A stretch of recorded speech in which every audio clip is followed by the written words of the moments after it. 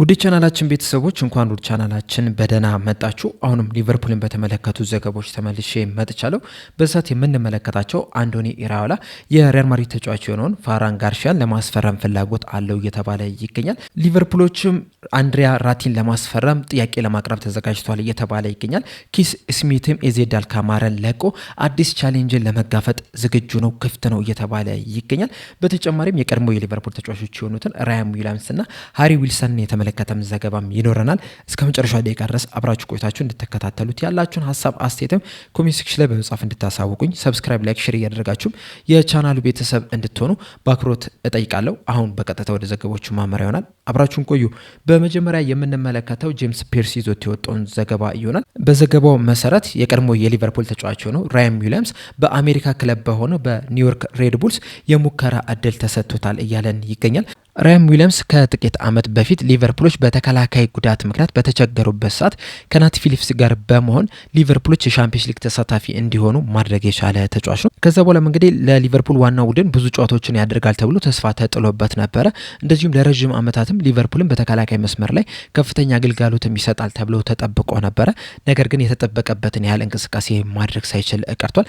ከዛ በኋላም እንግዲህ ለተለያዩ ክለቦች በውሰት ውል ተሰጥቶ ነበር። እንደዛም ቢሆንም ግን ምርጥ ብቃቱን መልሶ ማግኘት ሳይችል ቀርቷል። የ2025/26 የውድድር ዘመን ከተጠናቀቀም በኋላ በሊቨርፑል የሚያቆየው ኮንትራት መጠናቀቁን ተከትሎ ከሊቨርፑል ጋር መለያየት ችሏል። እስካሁን ድረስ እንግዲህ ቋሚ ኮንትራት አላገኘም። ነገር ግን ኒውዮርክ ሬድ ቡልሶች የሙከራ እድል ሰጥተውታል። ያንን የሙከራ እድል ይጠቀምበታል ወይ አብረን የምንመለከት ይሆናል። በመቀጠል የምንመለከተው ሌላኛውን የቀድሞ የሊቨርፑል ተጫዋች ሆነውን ሃሪ ዊልሰንን ይሆናል። ሃሪ ዊልሰን እንግዲህ በሊቨርፑል አካዳሚ ውስጥ ያደገ ተጫዋች ነው የነበረው። 2021 ላይ ግን በ12 ሚሊዮን ፓውንድ ወደ ፉልሃም ሊሸጥ ችሏል። እስከ 2025/26 የውድድር ዘመንም በፉልሃም ባደረገው ቆይታ ጥሩ የሚባል እንቅስቃሴን ማድረግ የቻለ ተጫዋች ነው የነበረው። በተጠናቀቀው የ2025/26 የውድድር ዘመንም ለፉልሃም 38 የፕሪሚየር ሊግ ጨዋታዎችን ማድረግ ሲችል 11 ግቦችንና 8 አሲስቶችን ማስመዝገብ ችሏል። በአጠቃላይ በዚህ በተጠናቀቀው የ2025/26 የውድድር ዘመን 19 የጎል አስተዋጽኦችን ለፉልሃም ማድረግ ይችላል። ነገር ግን ሲዝኑ እንደተጠናቀቀ በፉልሃም ቤት የሚያቆየውን ኮንትራት ጨርሶ ከፉልሃም ጋር ሊለያይ ችሏል። ይህንንም ተከትሎ እንግዲህ ከተለያዩ ክለቦች ጋር ስሙ ሲያያዝ የነበረ ተጫዋች ነው። በአንድ ወቅትም ምናልባትም ሊቨርፑሎችም ይህንን ተጫዋች ሊያስፈርሙት ይችላሉ የሚሉ መረጃዎችን ስንመለከት ነበረ። በዛሬው ዕለት ግን ሊድስ ዩናይትድን መቀላቀሉን ይፋ ተደርጓል። ስለዚህ በቀጣይ የውድድር ዘመን በሊድስ ዩናይትድ ማሊያ የምንመለከተው ይሆናል። ለሊድስ ዩናይትድ ጥሩ ፈራሚ ይሆናል ተብሎ ነው የሚጠበቀው። በተለይ ጎል የሚያስቆጠር ነው፣ አሲስት የሚያደርግ ነው። እንደዚሁም ደግሞ ልምዱንም ከተመለከተን ሊድስ ዩናይትዶች በቀጣይ ዓመትም በፕሪሚየር ሊጉ እንዲቆዩ ይረዳቸዋል ተብሎ ይጠበቃል። እናም ሊድስ ዩናይትዶች እንግዲህ የቀድሞ የሊቨርፑል ተጫዋች የሆነውን ሃሪ ዊልሰንን በይፋ በዛሬው ዕለት ማስፈረማቸውን አረጋግጠዋል። በመቀጠል የምንመለከተው ኪት ስሚት ኤዜድ አልካማርን ለመልቀቅ ክፍት እንደሆነ ተናግሯል። በቅርቡ እንግዲህ ከቪትቦል ኢንተርናሽናል ጋር ባደረገው ቆይታ በሰጠው አስተያየት በቀጣይ ዓመት በኤዜድ አልካማር ብቆይ ያን ያህል አይከፋኝም፣ ነገር ግን ወደ ሌላ ክለብ አምርችም ደግሞ አዳዲስ ቻሌንጆችን አዳዲስ ፈተናዎችን መጋፈጥ እፈልጋለሁ። በተለይ ደግሞ ከዚህ አሁን ካለውበት ክለብ የተሻለ የሚባል በጣም ትልቅ የሚባል እንደዚሁም ደግሞ ጥሩ ልምምዶችን የማገኝበት ራሴን የማሻሽልበት ክለብ ላይ ሄጅ ብጫወት ደስ ይለኛል የሚል አስተያየቱን ሰጥቷል። እንደሚታወቀው ከጥቂት ወራቶች በፊት በተለይ ደግሞ በጃንዋሪ ዝውውር መስኮት ላይ ሊቨርፑሎች ከዚህ ተጫዋች ጋር ስማቸው ሲያያዝ ነበረ። ዴቪድ ኦኮፕ ፌብራሪ ወር ላይ ባወጣው መረጃ መሰረት ከሆነ ደግሞ ሊቨርፑሎች ከዚህ ተጫዋች ጋር ግንኙነትም አድርገው እንደተነጋገሩም ሲናገር ነበረ እና ምናልባትም እንግዲህ አሁን ላይ ከኤዜድ አልካማር ለመልቀቅ ፍቃደኛ መሆኑን ተከትሎ ምናልባትም እንደነ አሌክስ ማካሊስተር ወይም ከርቲስ ጆንስ ክለቡን የሚለቁ ከሆነ ሊቨርፑሎች ይህንን ተጫዋች ለማስፈረም እንቅስቃሴ ሊያደርጉ የሚችሉበት እድል እንዳለ ነው እየተነገረ የሚገኘው። ከዚህ ቀደም በወጡት መረጃዎች መሰረት ከሆነ ኤዜድ አልካማሮች ከዚህ ተጫዋች 30 ሚሊዮን ፓውንድ ይፈልጋሉ ነው እየተባለ የሚገኘው።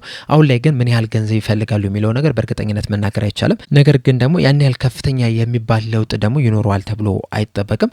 ዋናው ጥያቄ የሚሆነው እንደውም ምናልባትም ሊቨርፑሎች ያኔ በተለይ በጃንዋሪ ዝውውር መስኮት አካባቢ ይህንን ተጫዋች ለማስፈረም ፈልገው የነበሩት አሰልጣኝ አርነ ስሎት የሊቨርፑል አሰልጣኝ ስለነበሩ ሊሆን ይችላል።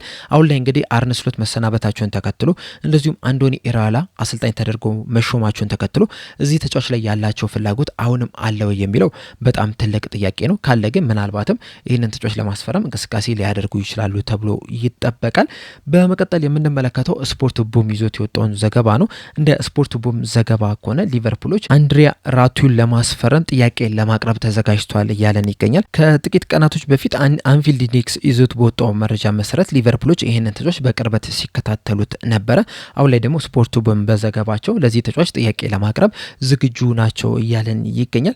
ይህ ተጫዋች እንግዲህ በቀኝ ክንፍ ተከላካይ መስመር ቦታ ላይ ነው የሚጫወተው። በተጠናቀቀው ሲዝንም ለራያል ቫይካሎ በጣም ጥሩ የሚባል እንቅስቃሴን ማድረግ የቻለ ተጫዋች ነው። ሊቨርፑሎችም በዚህ ሰዓት ላይ የቀኝ ክንፍ ተከላካይ መስመር ቦታቸው በጣም የሳሳ ነው። እነ ሪቻርዲዮ እንደዚሁም ደግሞ ማይከል ኤድዋርድስም ያለፈውን አመት የሰሩትን ስህተት በዚህ ሲዝን መስራት እንደማይፈልጉ ነው እየተነገረ የሚገኘውና ያንን ቦታ ለማጠናከርም አንድ ተጫዋች ያስፈርማሉ ተብሎ ይጠበቃል። ዴቪድ ሊችም በዚህ ዙሪያ በሰጠው አስተያየት በእርግጠኝነት አንድ ተጫዋች ማምጣታቸው አይቀርም፣ ነገር ግን ደግሞ የመሀል ተከላካይ ሆኖ በቀኝ ክንፍ ቦታ ላይ መጫወት የሚችል ተጫዋችን ነው ወይስ ተፈጥሯዊ የቀኝ ክንፍ ተከላካይ መስመር ተጫዋችን ነው የሚያመጡት የሚለውን ነገር በእርግጠኝነት መናገር አይችልም የሚል አስተያየትን ሰጥቷል። ይህ ተጫዋች ደግሞ ተፈጥሯዊ የሚባል የቀኝ ክንፍ ተከላካይ መስመር ተጫዋች ነው። ከዚህ በተጨማሪም ደግሞ አንፊልድ ኢንዴክስ ይዞት በወጣው መረጃ መሰረት ራያል ቫይካሎች ይህንን ተጫዋች በ25 ሚሊዮን ዩሮ እንደለጠፉበት ነው እየተነገረ የሚገኘውና በጣም በርካሽ ገንዘብ የሚገኝ ተጫዋች ነው።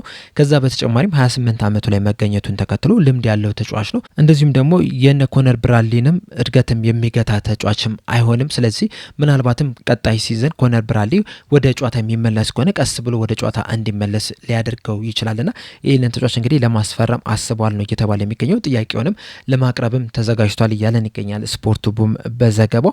በዚህ ዙሪያ እንግዲህ ያላቸውን ሀሳብ አስተያየት እንዳለ ኮሜንት ሴክሽን ላይ በመጻፍ አሳውቁ። በመቀጠልም አንግል ጋርሻ የተባለው ስፔናዊ ጋዜጠኛ ከሬድሜን ቲቪ ጋር ባደረጉ ቆይታ ላይ የሰጠውን አስተያየት ነው የምንመለከተው። በሰጠውም አስተያየት አንዳንድ ያነጋገርኳቸው ሰዎች ነበሩ። እነዚህ ያነጋገርኳቸው ሰዎች ደግሞ ሙሉ ለሙሉ የሚያምኑት አንዶኒ ኢራዮላ ፋራን ጋርሻን የማስፈረም ፍላጎት እንዳለው ነው እያለን ይገኛል።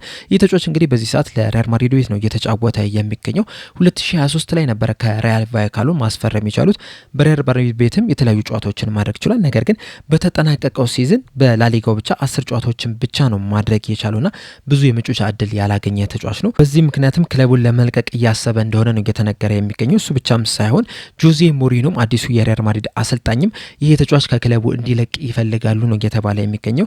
ይህንንም ተከትሎ ሪያል ማድሪዶች ከ5 ሚሊዮን ፓውንድ እስከ 8 ሚሊዮን ፓውንድ ባለው ሂሳብ ይህንን ተጫዋች ለመሸጥ ዝግጁ ናቸው እየተባለ ይገኛል። ሊቨርፑሎችም እንግዲህ በአንዶኒ ኢራዮላ ምክንያት ይህንን ተጫዋች ሊያስፈርሙት ይችላሉ ነው እየተባለ የሚገኘው። በተለይ ደግሞ አንዶኒ ኢራዮላ ከዚህ ተጫዋች ጋር ከ2020 እስከ 2023 በራያል ቫይካሎ አብሮ መስራት ይችላልና በደንብ የሚያውቀው ተጫዋች ነው። በዛ ምክንያት ነው እንግዲህ አንግል ጋርሻ ይህንን ተጫዋች አንዶኒ ኢራዮላ ማስፈረም ይፈልጋል የሚል መረጃን ይዞልን የወጣው። ይህ ተጫዋች እንግዲህ በዋነኝነት የሚጫወተው በግራ ክንፍ ተከላካይ መስመር ቦታ ላይ ነው። እንደሚታወቀው ደግሞ አንዲ ሮበርትሰን ከሊቨርፑል ለቋል። በዚህ ሰዓት ላይ ሊቨርፑሎች ያሏቸው ሁለት አማራጮች ሚሎስ ኪርኬዝ እና ኮስታስ ሲሚካስ ናቸው። ሲሚካስም እንግዲህ ለረዥም ጊዜ በሊቨርፑል ቤት ይቆያል ተብሎ አይጠበቅም። እንደዚሁ ሚሎስ ኪርኬዝም ደግሞ ገና 22 ዓመቱ ላይ የሚገኝ ተጫዋች ነው። ፋራን ጋርሻ ደግሞ 26 ዓመቱ ላይ እንደመገኘቱ መጠን በሪያል ማድሪድ ቤትም የተለያዩ ጨዋታዎችን ማድረጉን ተከትሎ ምናልባትም ለሚሎስ ኪርኬዝ ጥሩ ተፎካካሪ ሊሆን የሚችልበት እድል እንዳለ ነው እየተነገረ የሚገኘው። ከዛ በተጨማሪም ደግሞ ሪያል ማድሪዶችም ለዚህ ተጫዋች እየጠየቁት ያለው ሂሳብ በጣም ትንሽ መሆኑን ተከትሎ ምናልባትም ሊቨርፑሎች ከሚያስፈርሟቸው ተጫዋቾች መካከል አንደኛው ፋራን ጋርሻ ሊሆን ይችላል ነው እየተባለ የሚገኘው።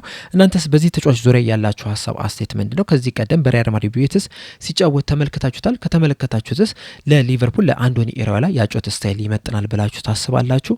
ሀሳብ አስተያየታችሁ እንዳለ ኮሜንት ሴክሽን ላይ በመጻፍ አሳውቁኝ። ለአሁን ግን እኔ እዚህ ላይ አበቃው። እስከ መጨረሻው ደቂቃ ድረስ ስለተከታተላችሁኝ ከልብ አመሰግናለሁ። በቀጣይ በሌላ እስከምንገናኝ ድረስ ግን ሰብስክራይብ፣ ላይክ፣ ሼር ማድረግ እንዳትረሱ። ቸር ያቆየን።